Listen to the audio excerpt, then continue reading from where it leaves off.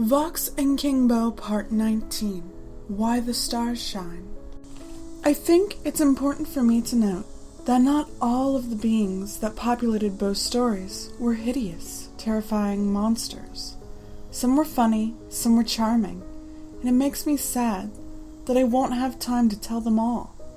It's even worse that most I know I've forgotten about. At one point, when I was a kid, I caught some nasty bug that was going around. I was miserable and confined to my bed. Because I had slept all day, I was stuck awake all night. Beau sat by my side and whispered softly to me, listening to my whining and coughing with uncharacteristic patience. Do you know why the stars shine? King Beau was not always happy in the quiet place. His hunters brought him many treasures, but they never stayed long. He had hoped that once the bad king left the quiet place would not be so sad, but now it felt 10 times sadder than before. In his heart, the piece of the moon that he carried with him often ached for another land. He couldn't even see her through the darkness of his kingdom. Often, this drove Beau to wander about, even more than his thirst for voices. Finally, the ache became too much. Beau ventured out, farther than any of his hunters had ever dared. He followed the moon piece all the way to the shores of the far beyond. This was a place of vast emptiness. It was more still and silent than the quiet place, darker than the darkness, and no one had ever seen what was beyond it. No king or queen ruled over it. It belonged to no one, and no one truly called it home. He dove into the depths of the beyond, hoping to drown the ache that he felt. Beau floated through the far beyond. He passed giant beings that sang low, sad songs to the nothingness. It was as if they too were crying for lost ones, never to be found again.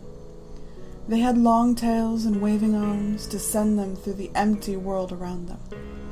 He passed flowers that blossomed in the darkness and captured all the light around them. They had no roots or stems, but they did sometimes grasp desperately for one another, so they would not be so alone.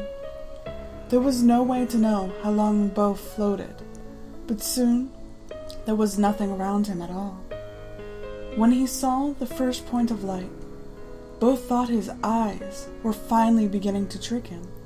Then there was another, and another, and another. The glittering pinpoints caused the ache in his heart.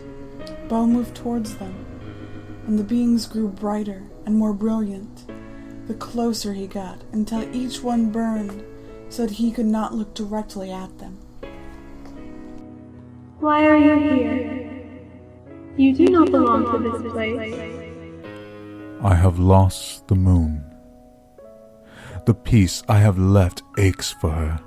If I can never see her again, I want to see nothing at all. You have found the wrong place, then. We see all. Look now. There is your moon. Beau looked below them and saw the moon far away. She was frantically searching for him, shining her light into every shadow. The piece of him she kept with her was dark and called out to him in the night.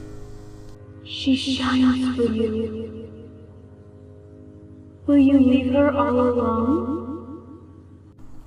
Beau knew, just as the stars did, that no matter how sad or lonely he was, he could never leave the moon this way. He thanked the stars and fell back to earth, surrounded by fire and light. The moon saw this and shone twice as bright upon him, to let him know that she was there. So why do the stars shine? I asked him. To let you know that they love you too, little Jeep. Beau said, and the last thing I remember is falling asleep and dreaming about more adventures. Good night, guys. I appreciate everything you've done for me, and I hope you all have pleasant dreams.